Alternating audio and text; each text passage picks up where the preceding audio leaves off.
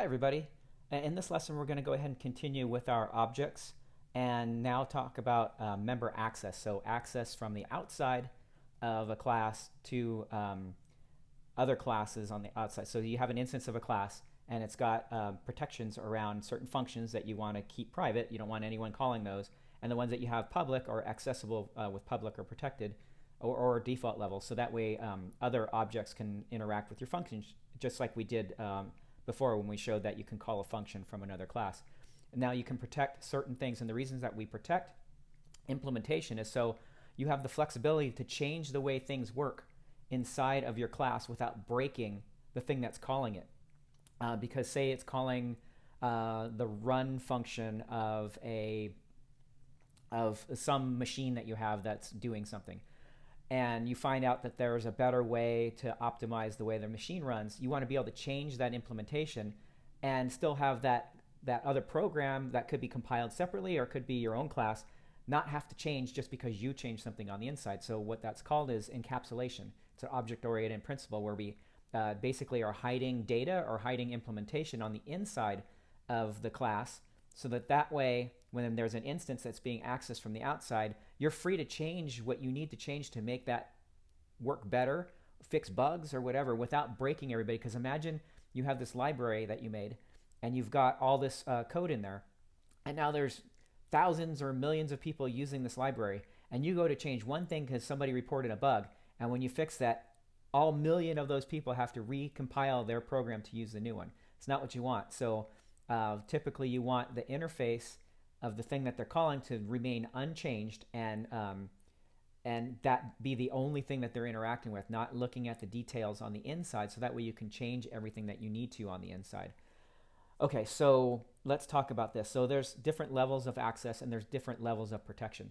So at the class level, that's where the class is defined. We can say that a class is public, which means the whole world can get to it and instantiate it and use it.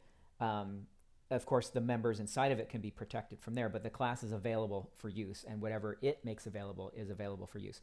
Now, classes can be either public or they can be default, which means only things inside the same package that can see them and instantiate them. Otherwise, public means the whole world can see the class.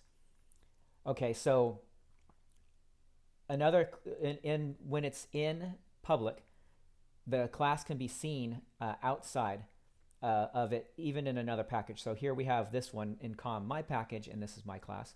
And then we have another package, com.someotherpackage, and then we're going to go ahead and import in my class, and then here we can go ahead and instantiate that class and then access its public function that says sayHello. So that's doing public. Now when there's a class that's defined with default, which means you don't actually specify anything up front, no public, and you just say it's a class, my class. Now when something in the other package tries to access it, it's going to get an error that this thing's not found. It's not visible, so it can't instantiate this.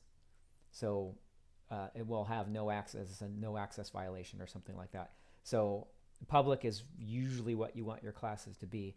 But for your internal program, you could have classes that are hidden and they have implementation in your program that could be a library that somebody else is using, but they can't see these classes in there. And that's how you, like we explained, you can maintain your program, break things up the way you want to break them up without having to expose the details to the outside, so that you don't break things when you make changes that you need to make changes to. All right, so member level access, and that's inside of these classes. So what we just talked about was the class itself. Now we're talking about within the class brackets. And so you can define these as public, protected, or default access. And so it's very similar. So public means that the whole world can see this function as long as the class is visible. And then, and so here is an example of that. So this other package, other class, has access to instantiate my class and can call these things on it. And so that's how that works. Now, this member here is, we also made, now you don't normally want to make a member variable public, but in this case, for example, you can do that. And there's some cases where that might be something you want to do, but for the most part, you want to data hide these too, because what if you wanted to change this variable name? Because now it doesn't make sense that it's a name. Maybe it becomes a username. something like that. So you want to be able to hide what your implementation is. But in this case, for example, you can make this variable name public, and you can make this function name public. And then this class, some other package, some other program, wherever, can actually instantiate those. Now, protected is another way of saying you can subclass this. We showed that in how you extend things or implement things. Interfaces don't actually have these protections on them. They don't need them.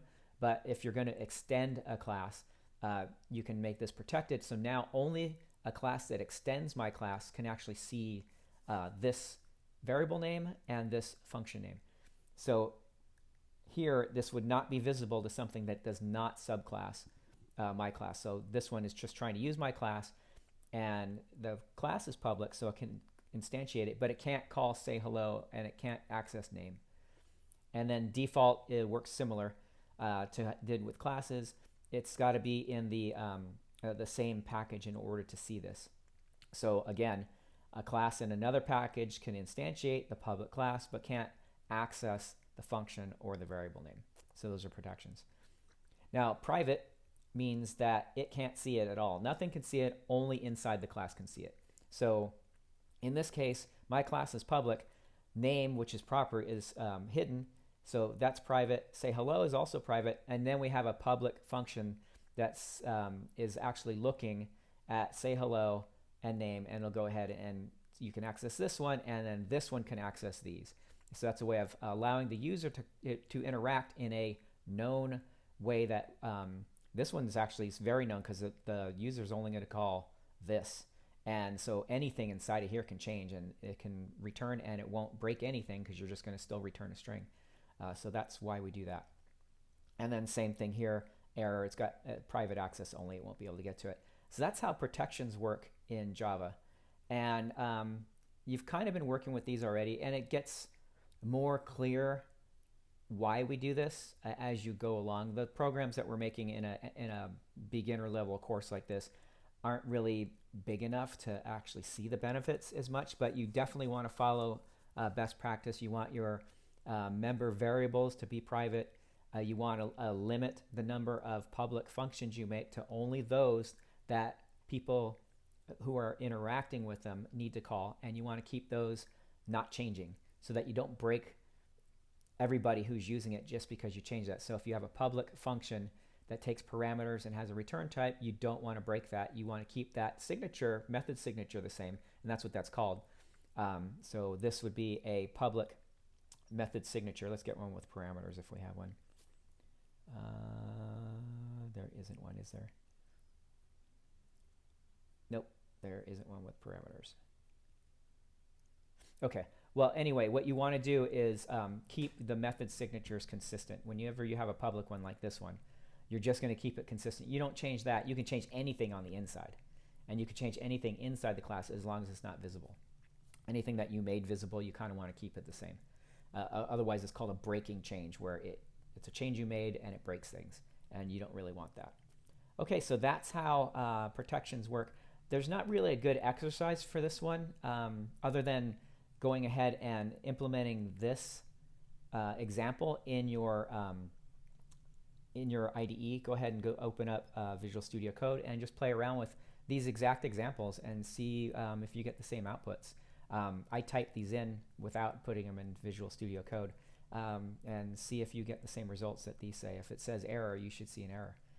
And that's it for this one. Thanks for watching.